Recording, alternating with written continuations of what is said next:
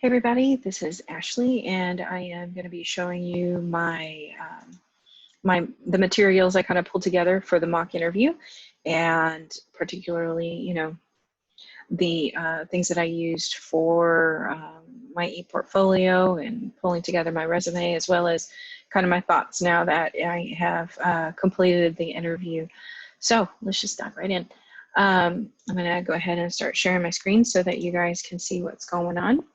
So rather than looking at a job board, I looked directly at a local community college that I wanted to apply to outside of class, so to speak. So this is Tallahassee Community College, and this is actual job posting for this school and for this position for English adjunct faculty, because that's kind of where I'm wanting to go.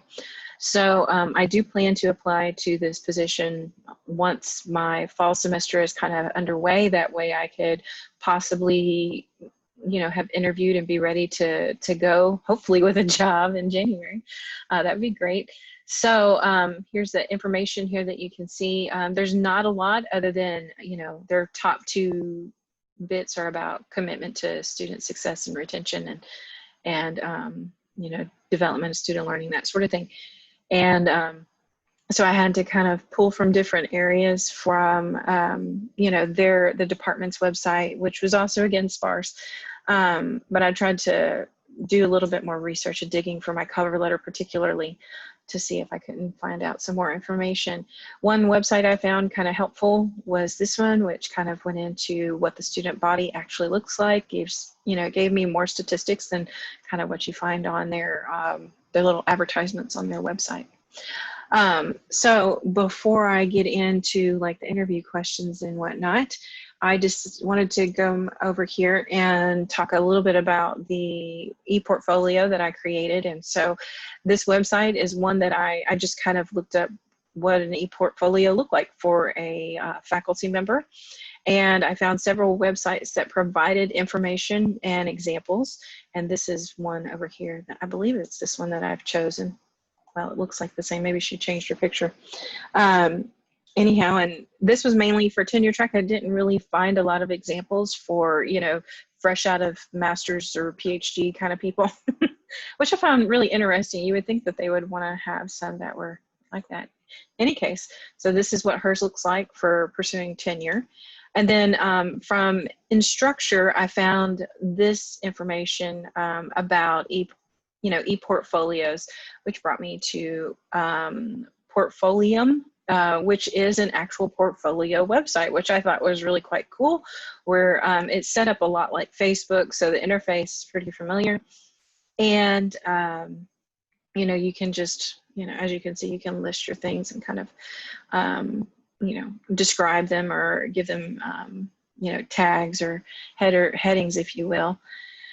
So I thought that would be a great little tidbit to show you guys if you're interested in having Portfolium. So this is what I came up with, and this is my actual, this is the website I used from Wix, because I use it for my author platform as well. I wanted to keep the design a little bit more streamlined, and I won't go through every one of these. If you want to go onto my website right here, you are free to do so. I'm going to leave it up as it is for a couple weeks or so. But just to kind of give you like an idea of what I have, I'll look at the resume real quick, because I chose a little bit of a different resume with all the documents that I created, because I've been reading a lot about branding. I wanted to kind of use the same header for all my writing samples and for my cover letter and CV, so that's kind of like all the same thing. I also used Zeddy.com, I believe, not to create this so much as to inspire it. I like the layouts that they had, and because I haven't, I didn't want to pay the money to have them, do the formatting for me. I can do that on my own. So I decided to do that to save a little bit of money. So the main difference, I'll say, between my CV and my resume are the, over here on the CV, I list an award that I received. And then the experience is down at the bottom without the bullet points, which is different for me. I wanted to have more of a skills based resume versus just, you know, experience heavy, because, you know, I've been a teacher before, and so I would kind of be repeating myself in some ways, and so I didn't want to do that, and I thought that this would be a little bit more streamlined, and plus I would, you know, have only one page rather than two, which is kind of what I had to scale back on. So you can kind of look through here. I included a teaching manifesto and 2 other writing samples, which you could look at. I also, sorry to kind of jump around, but here's my bibliography, which takes you to my author website. And it lists the publications that I have, and you can even get another writing sample here. So this is, you know, what I wanted to create an ePortfolio to kind of showcase some of my my skills as a, you know, I'm thinking I would love to teach online, and so what better way to show that I'm able to use that platform to express my professional experience. So moving on from there, once I started to look at, after I've created the ePortfolio, I started to look for interview questions, and I simply Google searched interview questions for adjunct faculty. And this site, I like this one a lot because it gives you several, it's kind of like a whole like amalgamation of different questions and places that you can go. These are all links. And the one that I chose and did a lot with was the one from Texas A&M. And they just had several questions. There was this second one here, which is, what I liked about it is there's only 5 questions here, which I was like, why 5? You need more. But they offer these little tidbits right here that kind of explain what they're looking for, what the hiring committee is looking for when they're interviewing you and asking you certain things rather than simply making me nervous. So I like that aspect. There's another one here, which I hate that this picture is giant. I feel like that should be shrunk down, but they also offer a similar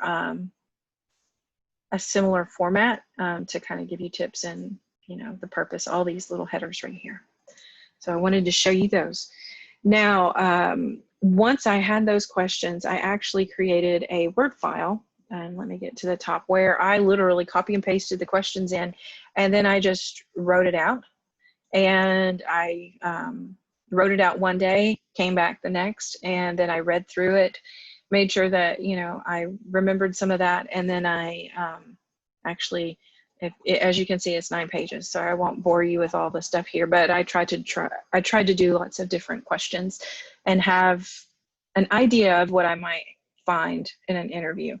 So once I did that, I can stop sharing now.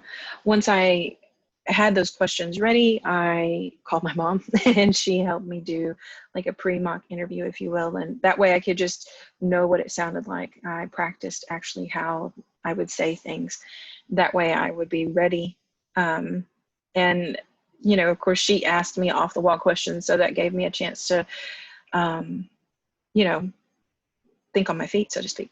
So all that's to say is I highly recommend that you do that. I've done that practically for every job that I've ever done because, well, I say practically because I've done it once or twice where I did not take that time to practice and the interview fell flat.